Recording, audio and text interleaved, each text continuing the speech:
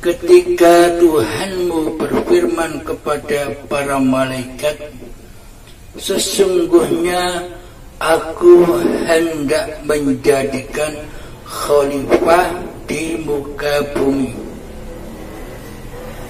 Qalu ataj'alu fiha man yufsidu fiha wa yasfiku ad-dima'. Para malaikat berkata, mengapa engkau hendak menjadikan khalifah itu yang akan membuat kerusakan padanya dan pertumpahan darah? Wa nahnu nusabbihu bihamdika wa nuqaddisu lak, dan kami senantiasa bertasbih dengan memuji engkau dan mensucikan engkau. Qala inni a'lamu ma la ta'lamun. Allah berfirman, sesungguhnya aku mengetahui apa yang tidak kau ketahui. Shadaqallahul azim. Bismillahirrahmanirrahim. Derajat manusia lebih mulia daripada para malaikat. Ketika manusia itu sudah menjadi khalifatullah, yakni wakil-wakil Allah di muka bumi ini. Yang dimaksud wakil Allah itu bagaimana? Apakah yang dimaksud wakil Allah itu hati yang selama ini ingkar kepada Allah? Hati yang selama ini tidak mensucikan Allah, kecuali mensucikan dirinya sendiri di hatinya? Yang dimaksud khalifah, wakil-wakil Allah, wali-wali Allah itu adalah manusia yang sudah mencapai hakikat diri sejati manusianya. Apakah hakikat diri sejati manusianya? Hakikat diri sejati manusianya itu adalah kembalinya pemahaman, kembalinya kesadaran manusianya kepada sifat muhalnya Allah. Jadi pada intinya hamba yang sudah menyadari hakikat diri sejatinya yang tak wujud, yang tak ada, yang gaib, yang mati, yang tak berkuasa, yang tak berkehendak, dan sebagainya.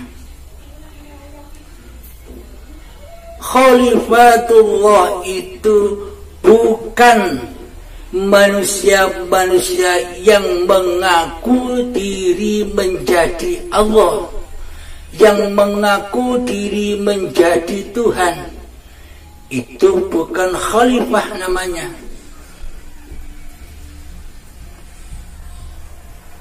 Khalifah Allah itu di hatinya sudah tak mengaku diri menjadi Allah.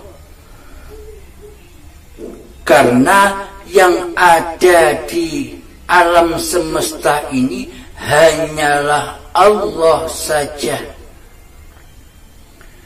Namun bagi orang kebanyakan, namun bagi mayoritas manusia, tidak merasa dirinya selama ini sudah mengaku jadi Allah, sudah mengaku dirinya jadi Tuhan, tapi tidak terasa. Mana buktinya? Buktinya adalah seluruh sifat wajib bagi Allah telah Ia kuasai, telah Ia miliki, telah Ia akui sebagai sifat manusianya. Contoh sifat wujud, wajib hanya bagi Allah saja yang wujud. Akan tetapi kebanyakan manusia mengaku dirinya yang wujud. Contoh Abdul Halim ini. Selama ini Abdul Halim ini merasa dirinya lebih wujud daripada Allah, merasa lebih ada daripada Allah. Kenapa?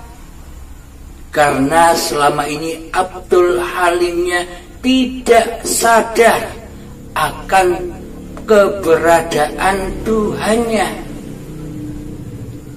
sehingga Abdul Halim ini hatinya merasa seolah-olah dirinya lah yang berkuasa, yang memiliki atas hidup dan badan ini,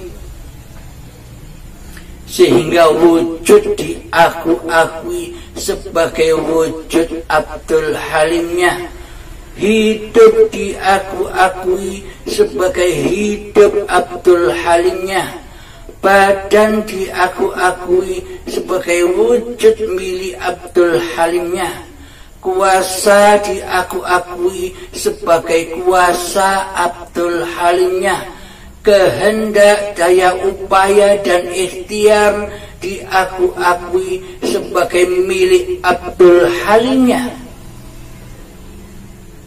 penglihatan diakui penglihatan milik Abdul Halimnya, pendengaran diakui sebagai pendengaran Abdul Halimnya, dan perkataan diakui sebagai kalam Abdul Halimnya. Selama ini, monggo silakan cek hati kita masing-masing, apakah demikian adanya? Bila demikian, sama dengan saya. Tidak terasa kita selama ini sudah ngaku-ngaku jadi Allah. Karena apa? Karena selama ini kita tidak mengenal Allah, kita tidak makrifat kepada Allah. Bila kita mengenal Allah, bila kita bermakrifat kepada Allah, tentunya kita bisa mengabdi dan menyembah hanya kepada Allah. Bila kita tidak mengenal Allah, bila kita tidak bermakrifat kepada Allah, bila kita tidak pernah bertemu dengan Allah, bagaimana mungkin kita bisa menyembah Allah? Bagaimana mungkin kita bisa mengabdi kepada Allah? Semuanya hanya angan-angan kita saja. Seolah-olah kita bertuhan, seolah-olah kita beragama. Akan tetapi semuanya hanya syariatnya saja, semuanya hanya badannya saja, demi menutupi keateisan, ketidakkenalan hati kita kepada Allah. Mari kita sadari kesalahan-kesalahan kita. Seumpama kita bertuhan, seumpama jika hati kita ini berasa ada yang menguasai, yakni penciptanya Allah, maka hati kita tak akan pernah mengaku-ngakui apa yang sudah diciptakan oleh Allah. Hidup tidak kita aku-akui sebagai hidup kita, badan tidak kita aku-akui sebagai badan milik kita. Seluruh kehendak, daya upaya, af'al yang terjadi di dalam badan kita seperti sholat, ibadah dan sebagainya, seluruhnya tidak kita aku-akui sebagai milik dan kuasa manusianya. Itu bila hati kita dikatakan bertuhankan Allah sebagai penciptanya. Inilah yang disebut khalifah. Inilah yang disebut pengganti wakil-wakil Allah di bumi ini. Yakni hati tidak mengaku-ngaku bahwa dirinya lah yang hidup, dirinya lah yang berkuasa atas badan ini. Semuanya kembali rojiun kepada Sang Pencipta. Akan tetapi kebanyakan manusia zahirnya saja mengatakan dirinya beragama dan bertuhan, syariatnya saja mengatakan dirinya telah beragama dan bertuhan.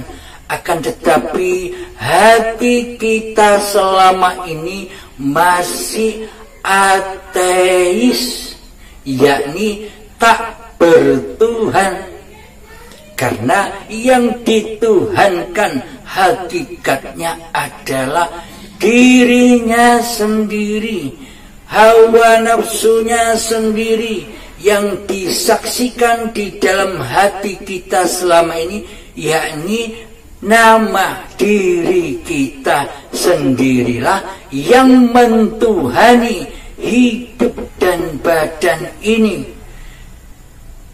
Karena apa? Karena kita merasa pemiliknya hidup dan badan ini. Nah, berarti selama ini kita tidak merasa sudah mengaku jadi Allah. Tidak terasa kan? Seolah-olah kita tidak mengaku jadi Allah. Akan tetapi perilaku hati kita selama ini seperti Allah. Seluruh sifat Allah sudah kita kuasai.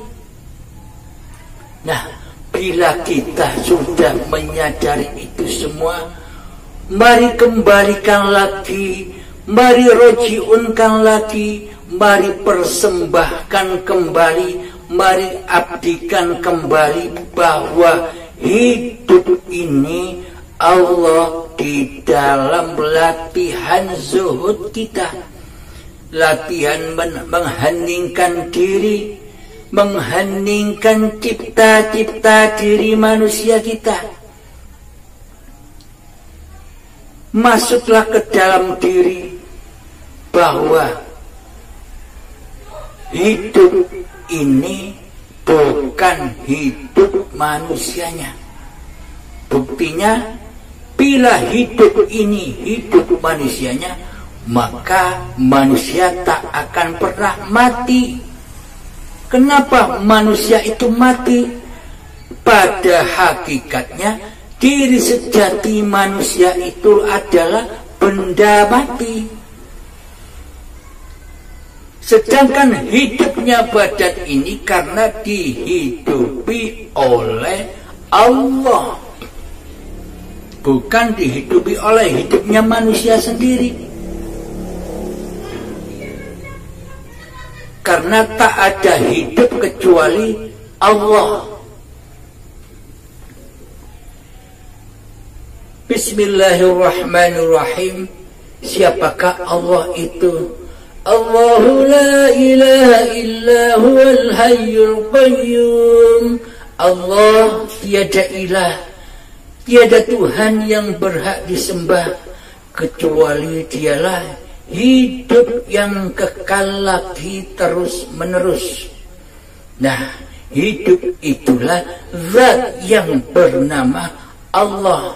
Selagi hidup kita aku akui sebagai hidup milik kita, maka selamanya kita tak akan pernah bisa menyembah kepada Allah, melainkan kita hanya menyembah hawa nafsu kita sendiri, sehingga hati kita dibakar, diandar di dalam jahanam, yakni hati selalu panas, hati selalu gundah, hati selalu takut akan sebuah peristiwa yang tidak mengenakkan suasana hati. Karena selama ini kita mentuhani diri kita sendiri. Marilah syahadat kembali kepada Allah.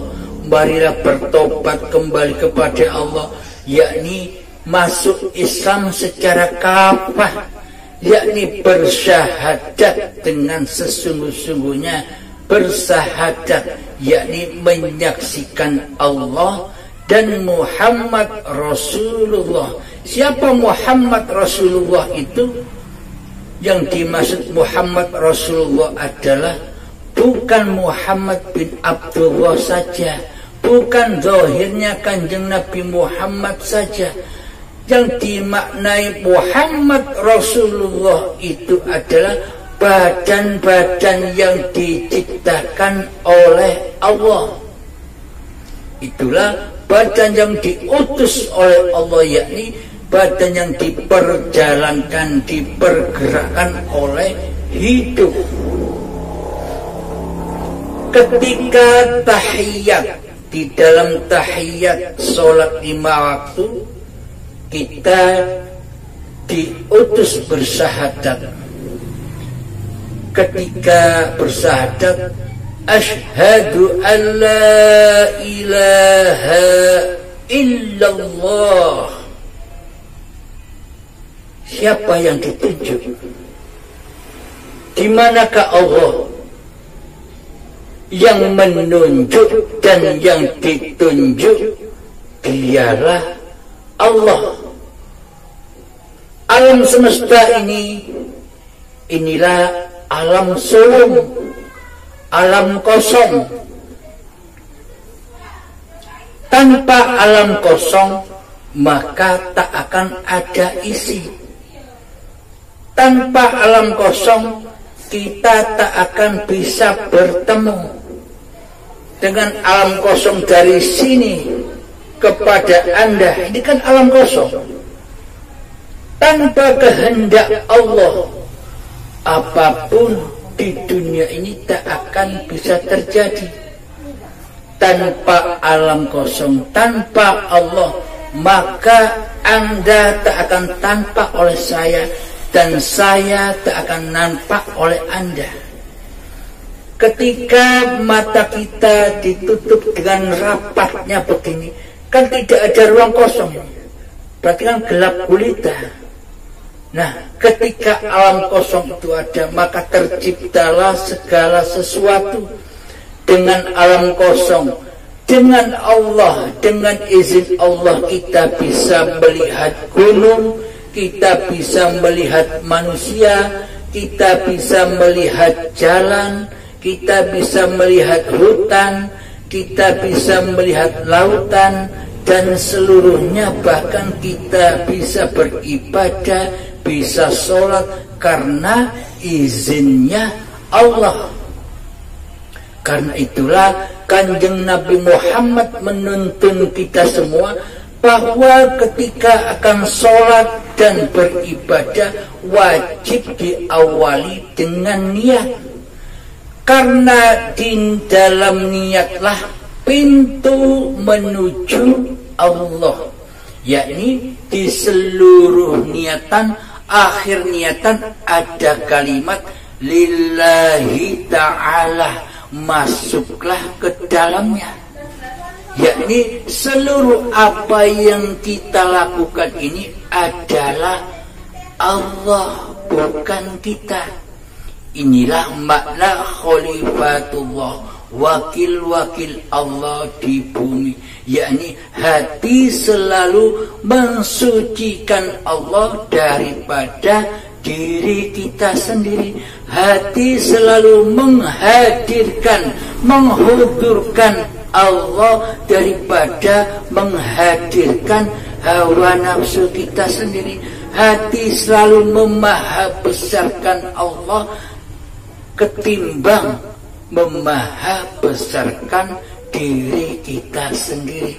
Itulah khalifatullah, yakni manusia termulia, lebih mulia daripada para malaikat. Demikian para sahabat, semoga saya dan kita semua akan selalu diridhoi dan dibimbing selalu oleh Allah Subhanahu wa ta'ala. Assalamualaikum warahmatullahi wabarakatuh.